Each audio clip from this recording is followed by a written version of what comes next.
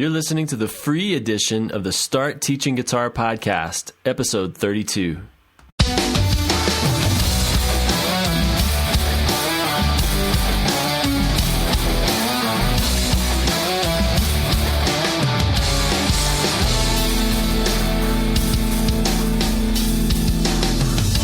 Coming to you from Colorado Springs, Colorado, the home of Pikes Peak.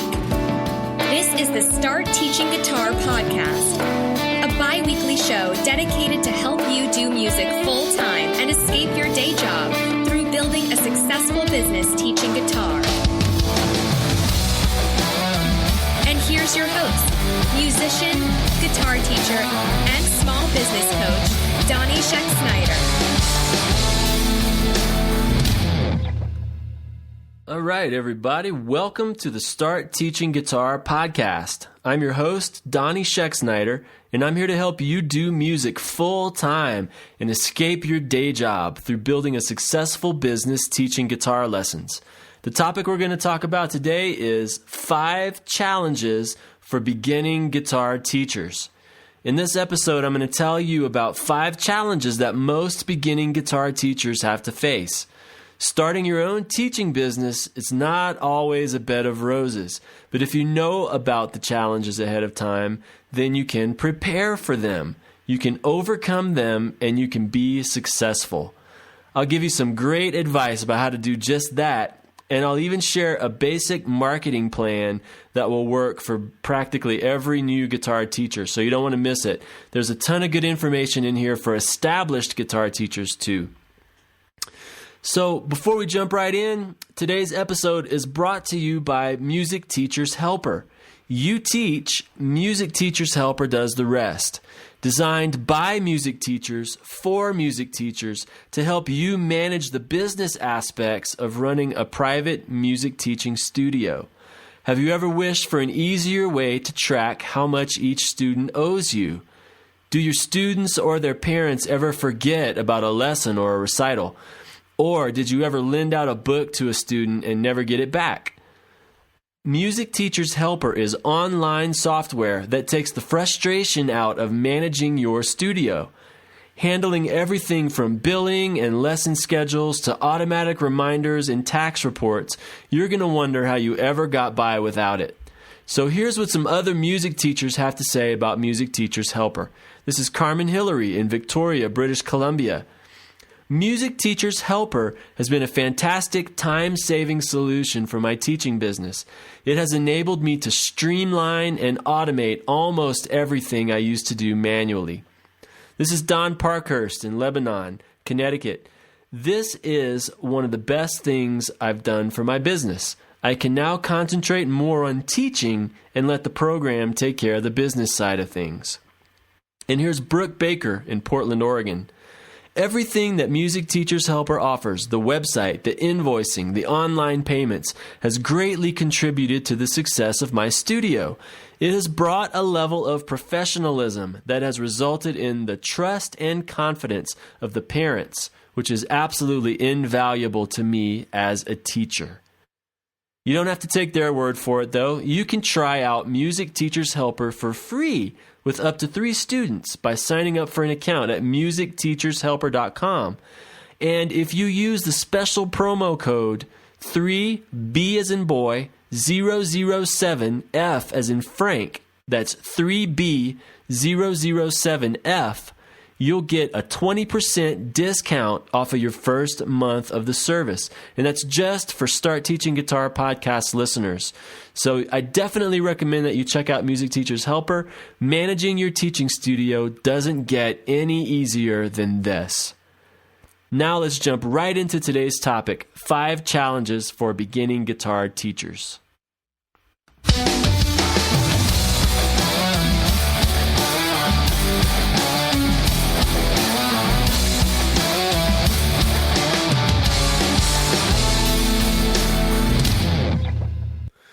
Okay, today I'll be talking primarily to those of you who are considering starting your own teaching business for the first time, basically to the beginners out there. I spend a lot of time in the podcast talking about more intermediate and advanced level topics, and I realize that a lot of you are beginners, or maybe not even, you haven't even started your teaching business yet. You're just gathering information. So what I want to do is I want to give you guys some of the information that you need as well so that you can get your business going. And then at that point, some of the other podcasts will apply to you more as well. So hopefully this is going to be some good information for the more established teachers in the audience too. It never hurts to go back and review a few of the fundamentals so that you can make sure that your foundations are solid in your business. So hopefully the things I talk about in today's episode are going to be useful to some of you old timers too. So one of the hardest things about getting started as a beginning guitar teacher is, honestly, it's not knowing what to expect. Anytime you're doing something new that you've never done before, the fact that you're new at it is always a big disadvantage because you don't know what's coming. When you're new at something, you don't have the benefit of experience to guide you along the way. And sometimes not knowing what to plan for, it can make you feel paralyzed, kind of, and keep you from moving forward, and sometimes even keep you from getting started. It's what they call paralysis by analysis, right? You try to figure everything out so much that you don't actually take any action. So hopefully the information I give you today will help you push past some of that and have a better comfort level when it comes to starting your business off for the first time. So in this episode, I'm going to tell you about 5 common challenges that most beginning guitar teachers face and how you can kind of prepare for them. And this is going to hopefully help some of you who might be sitting on the fence about whether or not to start teaching guitar lessons to feel a little more prepared and be able to have the confidence to take some action towards starting your own teaching business. So what I'm going to do is I'm going to give you some simple and elegant ways to overcome some of these challenges that I'm going to share with you. There's a quote that I love. It's by Leonardo da Vinci, and he said, "Simplicity is the ultimate sophistication." And 9 times out of 10, the simplest solution is going to be the best solution to any problem. So let's jump right in to the 5 challenges that most beginning guitar teachers face. So challenge number 1 is going to be attracting new students. For most beginners, this is the biggest challenge of all, and it's usually the first one that you have to confront when you start teaching guitar lessons. You have to figure out how you're going to attract students. You have to answer questions like, where are your students going to come from? They don't grow on trees, right? They're not going to just magically appear in your teaching studio. They have to come from someplace. And if that's true, then you have to ask yourself, how are you going to find them? How will they hear about you since you're new to this and you don't really have a reputation yet? You don't have word-of-mouth referrals working in your favor yet. Those things all come as you get more established. But when you're just starting out, where are the students going to come from? How are they going to hear about you? How are they going to know that they should even contact you for lessons? So a lot of people, when they're just starting out, I know this is what I did at first. It was a mistake that I made. A lot of people just ignore this part, the attracting students part, and they just get started, with 1 or 2 people that they might know who happen to come their way, just a handful of students. And honestly, that's better than not starting at all because you're actually doing something, right? You're taking action, and that's an important thing. But you usually find out pretty quickly if you just kind of don't really plan too much. On the student attraction side, you find out pretty quickly that it's not as easy as you thought it was going to be. I know that from experience. So what happens after a few months when your business isn't growing as fast as you hoped it would? Maybe 3 months goes by, 6 months go by, and you still only have 3 or 4 students. You're not attracting a lot of people. It's that's typically what happens if you don't plan.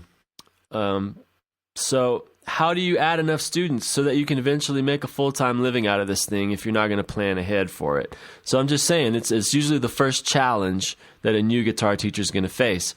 And the answer to this challenge is to have some good marketing in place. Marketing is the solution. So as musicians, the ability to market ourselves, it typically doesn't come naturally, does it? If there's one thing that all the guitar teachers I talk to have in common is that they don't really understand marketing and the whole business side of it. So that's one of the main reasons I decided to do this podcast, is to help people learn how to market themselves better, guitar teachers in particular. So it's not something that's an innate ability that we have. It doesn't come as naturally as playing the guitar. It's something that we have to learn about. It's a set of skills, right? Just like playing requires one set of skills, teaching requires one set of skills, marketing requires a set of skills as well. And it doesn't have to be complicated, right? You just need a basic understanding of how marketing works for a guitar teacher. You don't need to know how to market yourself as a stockbroker, for example, or you don't need to know how to market yourself as a fashion designer or a computer programmer, right? There's a specific set of tactics, techniques, skills that will work for you as a guitar teacher, and those are the only ones you really have to learn. You can learn more about it later if you want to expand your marketing skills, but to actually get started and get some new students coming in, it doesn't have to be that complicated. Remember, simplicity is the best way to go. So it's easier and it usually works out better if you can have a basic marketing strategy planned out before you get started with your business. It just kind of saves you from jumping in without knowing how to swim and not getting new students as quickly as you normally could. So what I have for you is something really cool here that's hopefully it's going to be valuable. It's a basic beginner's marketing plan. Okay, these are some steps that you can take, 3 very simple steps that you can take to put together your own marketing plan as a beginning guitar teacher who doesn't really have any students yet. So what you got to do is you got to basically answer these 3 questions. And the first one is, number 1, who's your target? Who is your target? That's the first phase of your beginner's marketing plan. So what I recommend is trying to focus on a certain type of student, right? Don't let your target be so broad that you can't hit it with an arrow. Okay, you want to make sure that you narrow your focus down a little bit and try to get a certain type of student. Don't try to attract everyone who wants to play the guitar. Now, I'm not going to get into all of that stuff because I did a whole podcast about it, episode 27, which is how to use niche marketing to succeed as a guitar teacher. That's available to STG All-Access members. So if you want to know more about how to kind of narrow your focus when you're doing marketing, you need to listen to that episode because it tells you all about how to do it. But just to start with right now, just understand that your target is not going to be everyone in your city who wants to learn how to play guitar. Okay, it's a lot easier to market yourself and to attract students if you narrow your focus and go after a certain subset of people. So that means you're going to actually, instead of all people that want to learn how to play guitar, maybe you go after a certain age group, a certain skill level, a certain genre of music, a certain technique that people want to learn, a certain geographic location, something like that, or some combination of those 2 or 3 or 4 things. So you narrow your focus and you focus on a specific target. And then you want to identify this ideal student, this target, first. And if you do that, then the rest of the process, the next 2 steps I'm going to give you are a lot easier. All right, so that's the first thing you got to do is identify who your target student is, who it is that you really want to teach. So the second step of this marketing plan here is you have to answer the question, what problem can you solve for them? What problem can you solve for that specific group of people? Once you have a basic idea of who your ideal student is, then you want to figure out what their biggest problem is as well.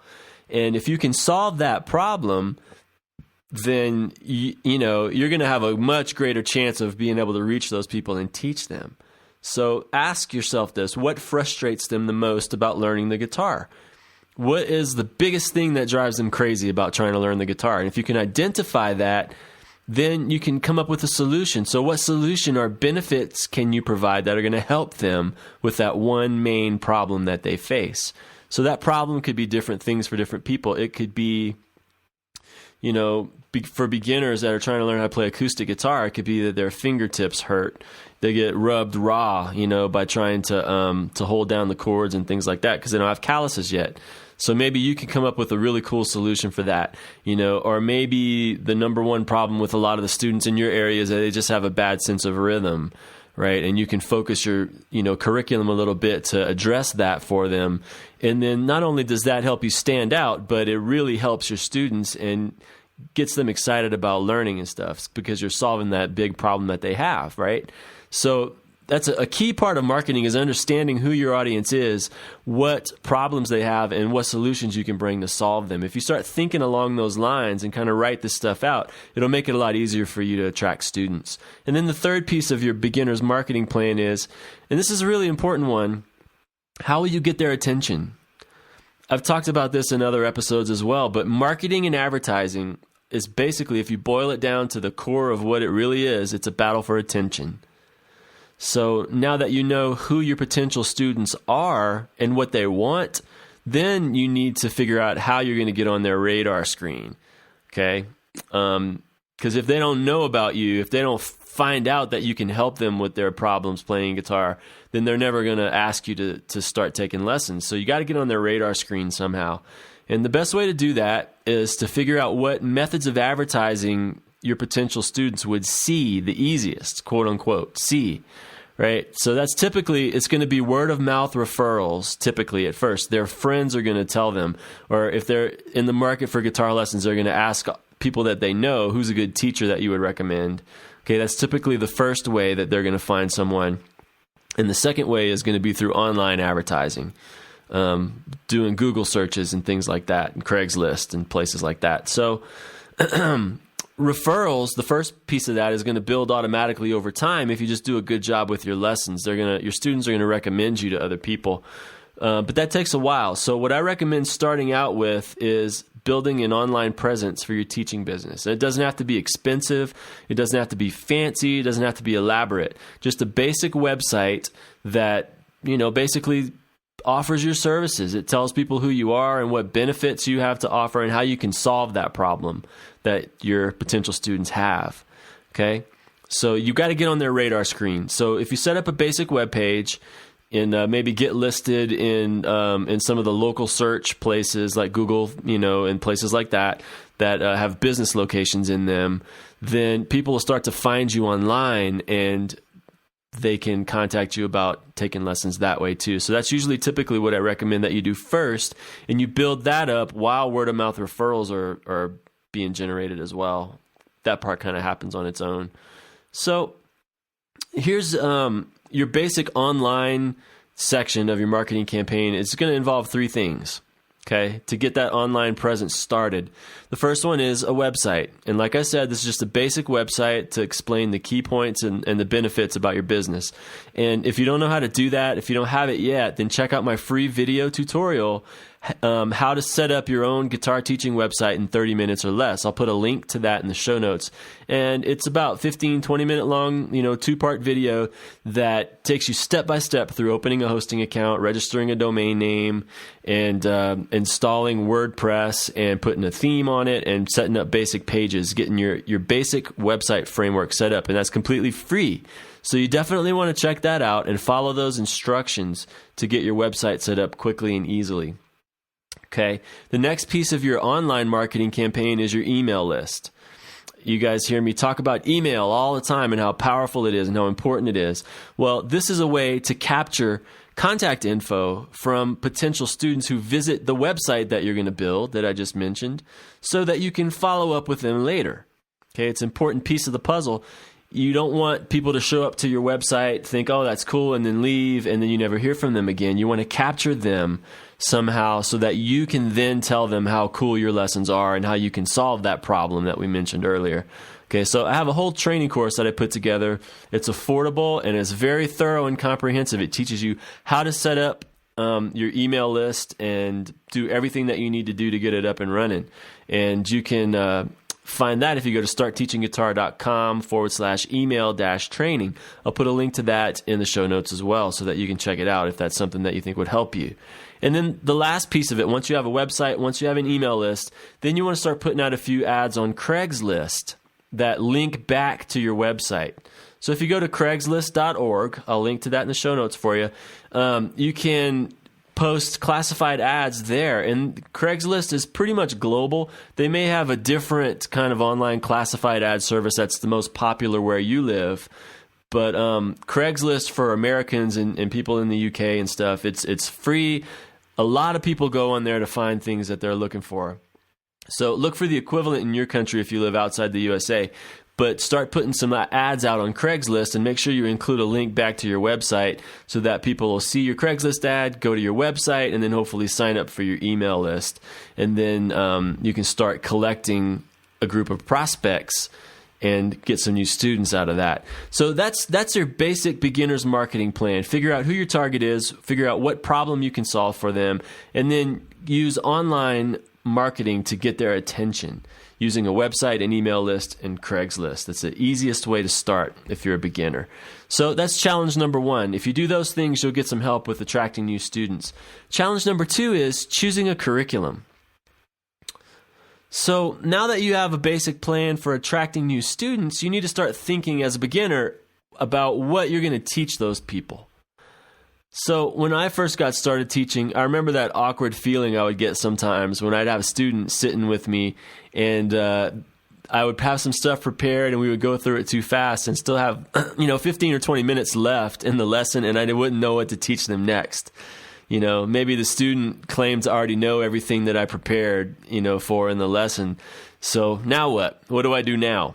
Well, having a good curriculum plan in place is going to help you always know what to teach next. And your curriculum doesn't have to be complicated either. Again, simplicity is the best way to go. You can use a few good method books, some free online resources, and all that coupled with your own experience to put together a curriculum that works well for you and for your students. So now, there's this ongoing debate about what kind of curriculum works best. A lot of people argue back and forth whether you should use method books or whether you should write your own curriculum.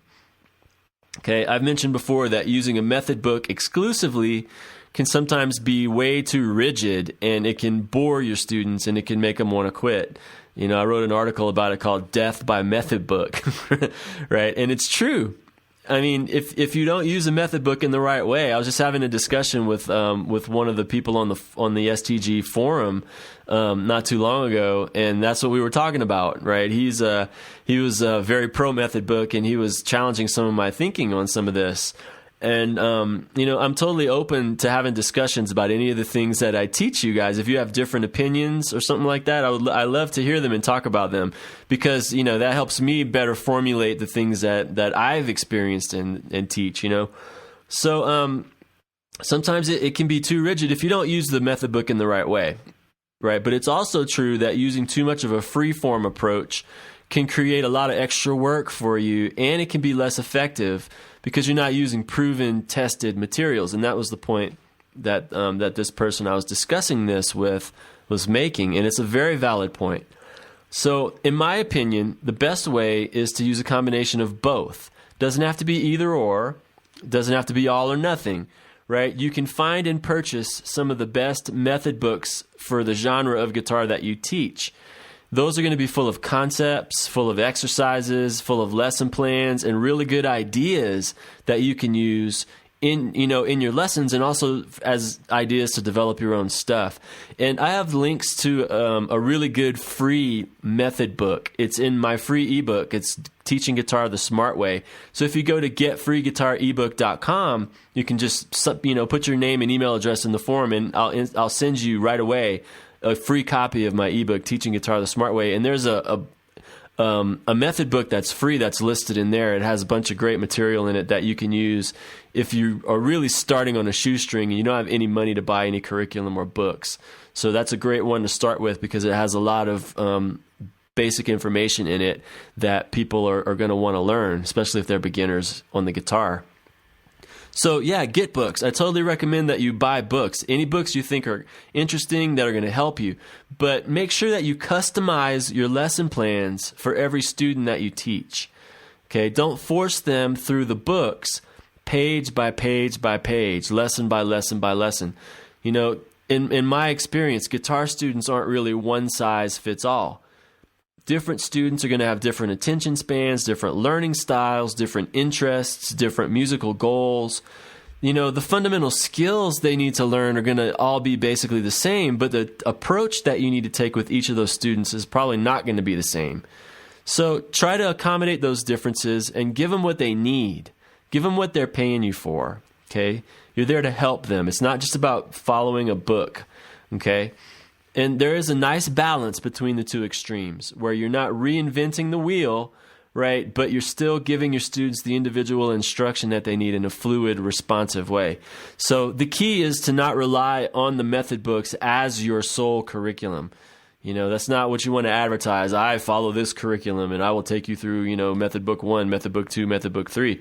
Instead, use them as basic building blocks, but make sure that you use those blocks to build what each student really needs and that you engage them as an individual. That's just my opinion on that. And that's what I recommend. So that's the second challenge, is choosing a curriculum. So basically what I recommend is you find some good books, and then if it's a good fit for a student to just work through the book, they're very studious and they want something structured, go for it. If it's a good fit for them, but, don't try to squeeze everyone into the same mold. It's totally okay to skip around in the book or to take stuff from different books and present it in the order that you think is best. So that's how you take care of the curriculum challenge. Now, challenge number 3, whenever you're a brand new guitar teacher, is setting up your teaching space. So when you've never done it before, deciding where to offer your lessons, it can definitely be a challenge, right? Because your location is important. You want to make sure you end up, setting your studio up at the right place, because a bad location, for a lot of reasons, is going to make it much harder for you to grow your teaching business. You got to put yourselves in the shoes of your potential students, and if they're children, their parents. And you got to think, wow, if it was me, would I bring my kids to this place? If I was an adult wanting to take lessons, would I be comfortable coming here to have my lessons? So you got to think about it from that perspective. And there are basically 2 options that you can choose, right? Places you have to pay for and places that you don't, places that are free. So obviously, if you possibly can, you definitely want to choose the free place if it works. Or if you have to pay, make sure that you pay as little as possible. Because, obviously as a business owner, you want to keep your overhead as low as you can. If you're spending all your tuition money on rent, there's not going to be a whole lot of money left for you to take home at the end of the day. So you want to try to keep this as low as possible, and free is even better if you can do that and make it work. So here are a few options for you, just really quick. Some paid options: you could rent space at another music school. That's a good idea, especially if they don't already have guitar teachers there, something that you could look into. You can look at maybe your local middle school or high school. You can maybe look at renting space at a church, at night or something like that. Or you can look at commercial space, or you're actually renting your own, business area, which tends to be the most expensive option. And free options, would be obviously your house. If you could do that, that's probably the best way to go. You could, if you have a friend that lives in the area, in an area that would be better for your students, you could maybe work out a deal where you could teach out of their house, or even you could teach outside in a public place like a park in the summertime or something like that, or under like a band shell or a pavilion somewhere. There's a lot of options. You just need to kind of check around and see. And if none of those would work for you, maybe you can even barter for some teaching space. So you could offer some free lessons in exchange for rent. Or if you have other skills, if you're not doing this yet full time and you have some other skills from your job, maybe you can offer some other service that you can provide that's not music related. Like maybe you could do website or graphics design, in exchange for a place to teach. Or maybe you could, do painting or construction or auto mechanic work or something like that, and trade them for, instead of paying cash for your rent, do some work for them instead. You just want to try to find the most affordable place you can in the best location for your ideal students that we talked about earlier. And for most new teachers, honestly, the best place is the living room of your house or your apartment. And once you get somewhat established and you have, say 10 students or something that you're teaching, then you can start looking into a better place that you can upgrade, but when you're just starting out, your house is probably the perfect place to start. But the important thing is that you don't let location stop you from taking action. The important thing is to just start teaching as soon as you can. You can always make adjustments and mid-course corrections to improve things in your business as you go. But the important thing is to not procrastinate and start teaching wherever it is. Okay, and you can always improve your location as you go. So that's challenge number 3, setting up teaching space, something that every beginner is going to have to face. Okay, challenge number 4, when you're a beginning guitar teacher, and maybe even beyond being a beginning guitar teacher, maybe you've been doing this for a while too, but challenge number 4 is managing your schedule. This is something that trips a lot of people up in every kind of business. If you're not one of those organized people, where, everything is in order, you're always on time for stuff, you have it all organized and figured out. If you're not one of those kind of people, then managing your teaching schedule can be really difficult sometimes. But think about this. It could be a disaster for you as a business owner. What happens if you forget a lesson and you don't show up? Someone schedules a lesson with you, you forget to write it down, and they show up at your teaching space and you're not there, How does that make you look? What does that do for your word of mouth referrals, right? Kind of has the opposite of the intended effect, right? So what happens if you double book 2 students at the same time? You tell one person, yeah, come at this time, but you don't write it down. And then you talk to someone else and you look at your calendar and you say, yeah, come at this time. And it's the same time the other person was supposed to be there. And they both show up to get a lesson at the same time. How does that make you look? How does that make your business look? Okay, got to think about these kind of things. What happens if a student cancels a few days in advance, right? They call you and say, I can't make my lesson. My dad's going to be in the hospital, something like that. And you say, oh, okay, that's cool, but you forget to write it down. And then you show up for the lesson, you prepare for it, you're there, and then they're not there, and you totally forgot that they had something important that they had to do. So, you might even end up firing off an ugly email or something, and it's just not a good situation. And all of that could be totally avoided if you just manage your schedule. But it really is a challenge for some people, especially if you're not used to booking appointments and things like that. So how you manage your schedule, it honestly, it has a huge impact on your student retention and on your student referrals. If you screw up your scheduling too many times, your students and their parents are going to get frustrated big time. And they may look elsewhere for guitar lessons. If you don't get your appointments right, your students are going to be less likely to refer their friends to you. They're going to say things like, yeah, he's a good guitar teacher, but, he doesn't know how to use a calendar. He doesn't know what a calendar's for or something like that. So it's basically a direct reflection of your level of professionalism. You're a business owner, right? So you have to run your business the right way if you want to be successful, and managing your schedule is just one part of that. So let me give you some tips here on how to deal with this challenge. The best way to manage your schedule is to use some automated software to do it for you. Honestly, the best way to do it probably is to hire a receptionist, or a secretary. But when you're just starting out, you don't want to do that. So the next best thing is to use an automated software tool to do it for you. It's just like having your own receptionist without all the employment hassles. So a good scheduling tool is going to do a few things for you. It will show your available time slots to your students on a web page that they can visit 24/7. So you go in there and you block out all the times that you don't want to teach, and then they can go to that website and see what your availability is.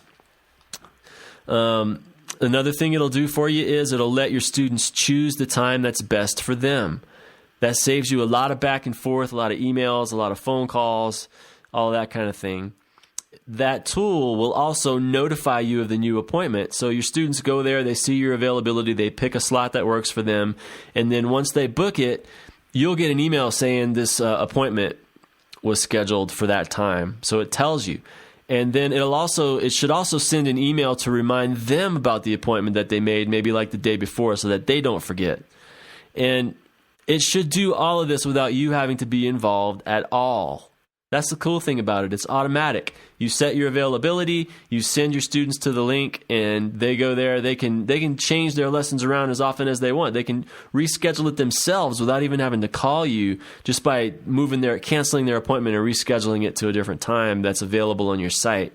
So it saves you a lot of hassle. It really makes you look more professional, especially to the parents of your younger students. So it'll save you a bunch of headache as well. So I highly recommend that you find a good scheduling tool and that you learn how to use it. It's not that complicated, and it'll save you tons of trouble. My favorite way to manage this is using Music Teacher's Helper. So if you go to musicteachershelper.com, I actually have a coupon code for you. It's 3B007F as in Frank. And if you use that coupon code when you sign up, you can save 20% off of your first month of the service. But among other things, it does it helps you track your accounting for your business and all this other stuff, communication, with your students and all that.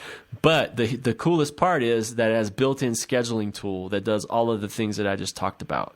Okay, so check out Music Teacher's Helper if you're looking for a solution for this.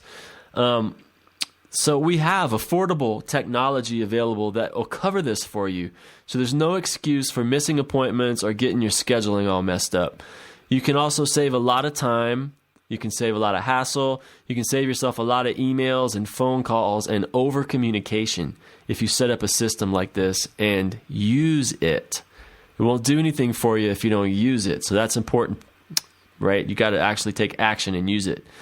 So that's number 4, challenge number 4, managing your schedule. Okay, now let's look at challenge number 5, right? This one is dealing with difficult students. If you have never taught guitar lessons before, you are going to find out quickly that not all students are equal. And some of them are going to be a pleasure and a joy to teach. Other ones are going to challenge you. And then still other ones are going to try your patience until you're about to go mad, right? There are always going to be 1 or 2 students that crop up. Thankfully, it's not the majority of them. It's a very small percentage, but they're going to drive you nuts. There's going to be situations you're going to have to deal with that might make you a little uncomfortable.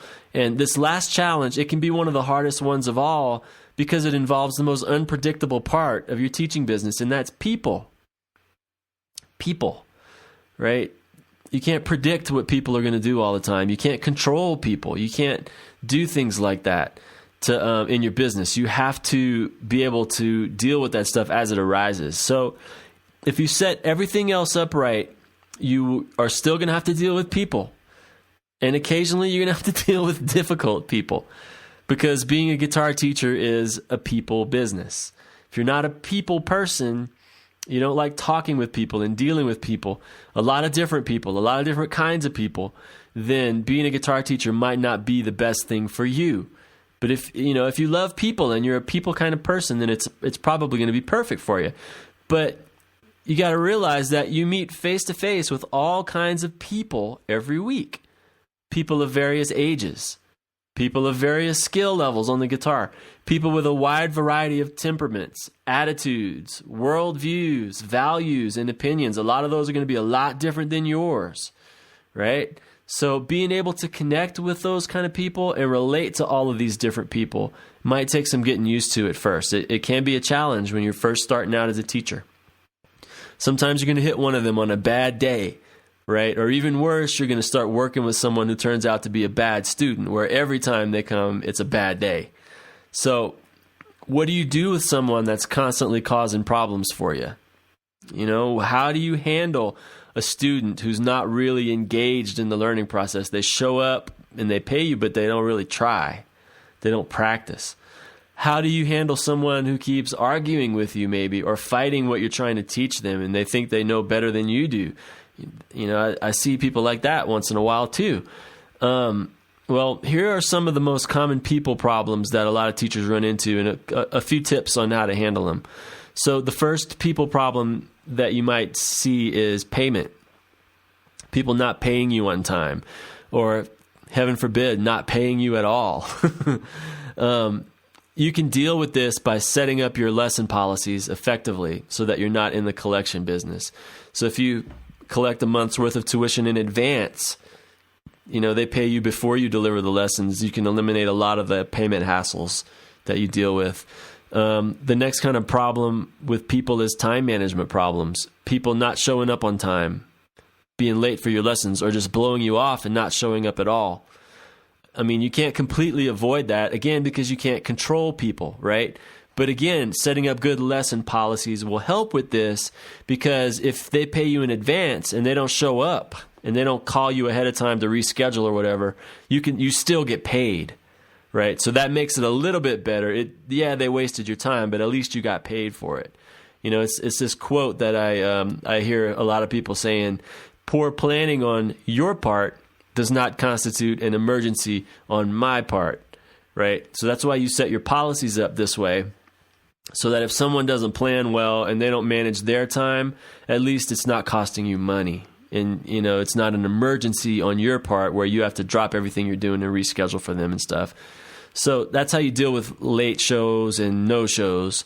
The next kind of people problem that you might run into is things related to your work ethic.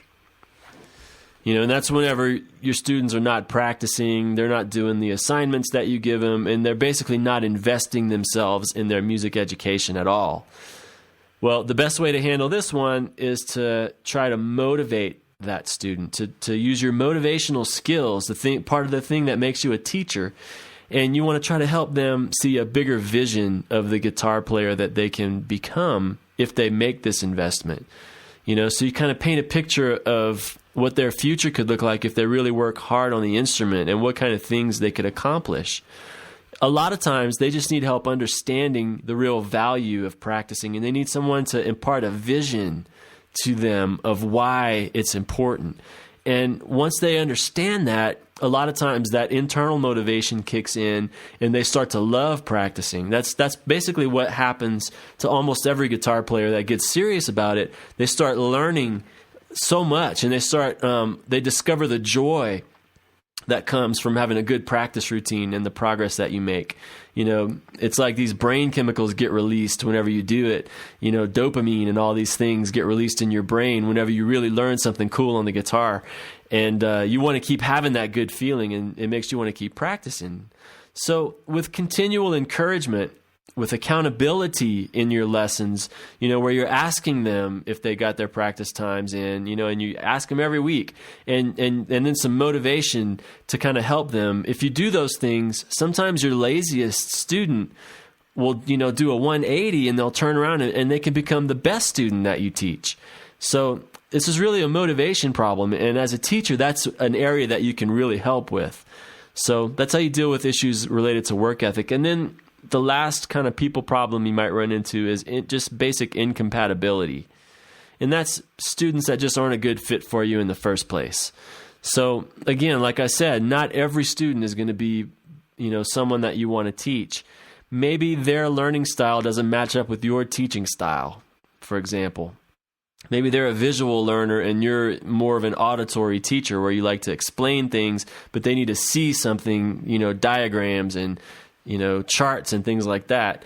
So maybe it's just not a good fit. Maybe what they want to learn is something that you don't have the experience to teach them, which is something that might happen more often than not. Maybe they want to learn jazz, but you're a rock player. Well, you can take them so far. You can teach them some fundamentals, but whenever you run out of, your jazz bank account and you don't have anything else to teach them, then they're not going to be a good fit for you anymore.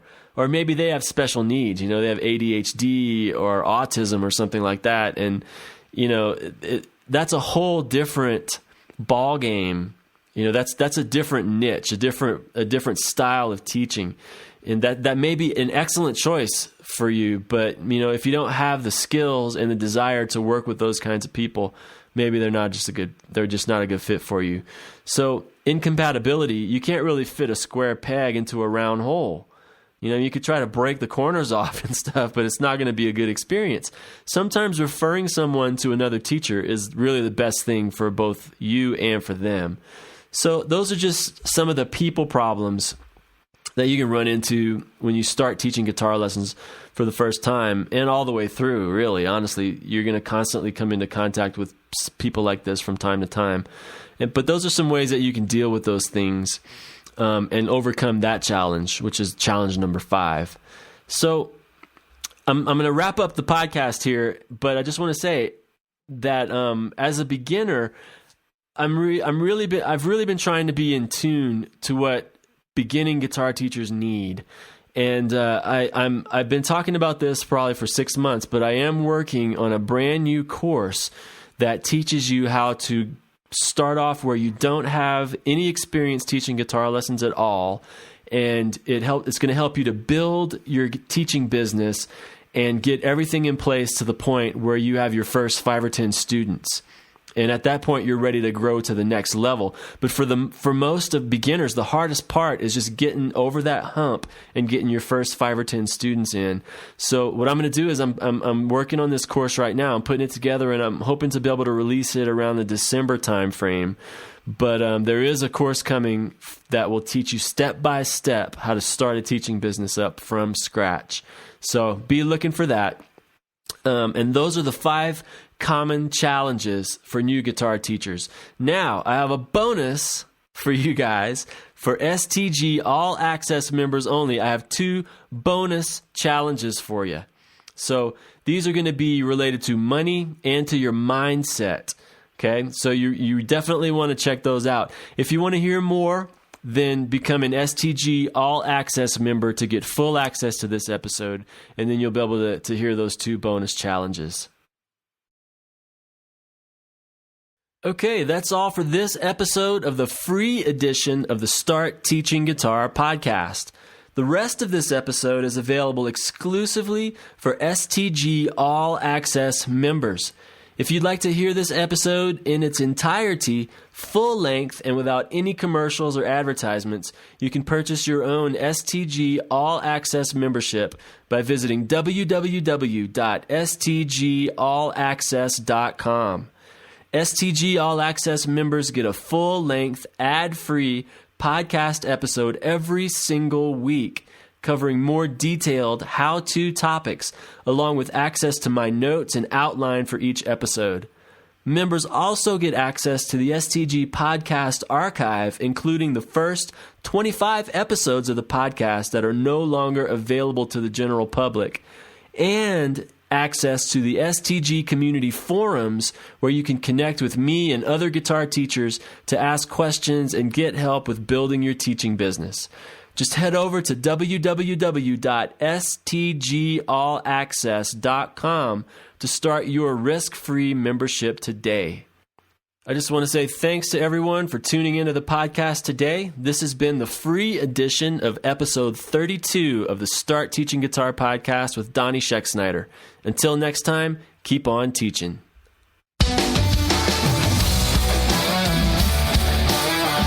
Thanks for listening to the Start Teaching Guitar podcast with Donnie Schexnayder.